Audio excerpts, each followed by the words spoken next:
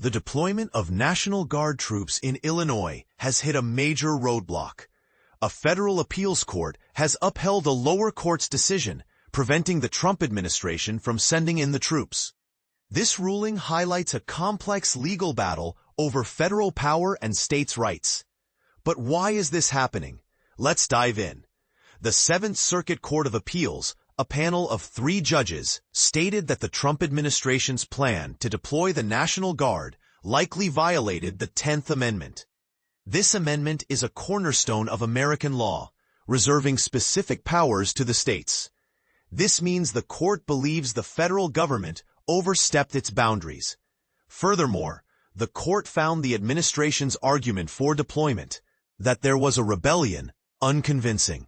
They didn't see enough evidence to support this claim, making it unlikely the administration could prove its case.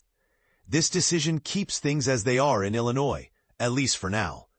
Over the weekend, the court allowed the federal government to keep control of the Guard troops, but the deployment block, originally imposed by a lower court judge, remained in place.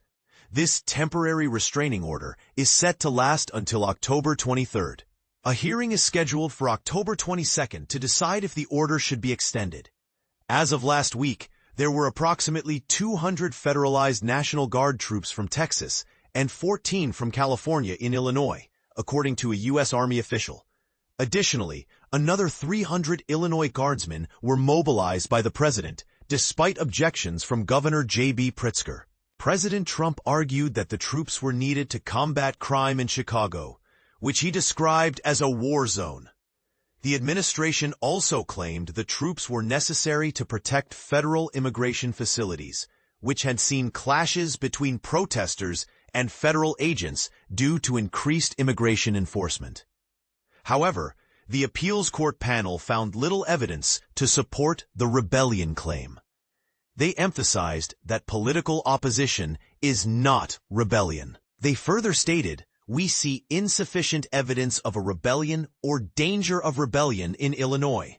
The judges noted that while protests against federal immigration policies were spirited and sometimes violent, they didn't constitute a rebellion against the government's authority.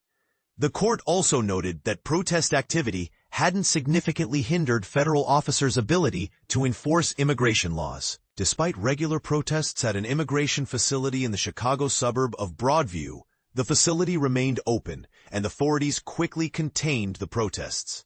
Moreover, immigration arrests and deportations continued in Illinois, and the administration touted the success of its immigration enforcement efforts in the Chicago area. This raises the question, was the deployment truly necessary?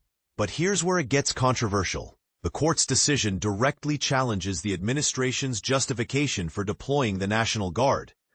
It questions whether the situation warranted such a strong federal response, especially considering the 10th Amendment's protections for states' rights.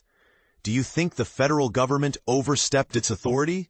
And this is the part most people miss. The ruling underscores the importance of defining rebellion and the limits of federal power. The judge's perspective suggests that strong political opposition and even violent protests do not automatically justify federal intervention. Do you agree with the court's interpretation? Boldly highlighting any point in the article that could spark differing opinions. The heart of the matter is the balance of power. The court's decision protects the states' rights. But some might argue that the federal government should have the power to step in to protect its facilities and enforce laws, regardless of state objections. What do you think is the right balance between federal and state power in this situation?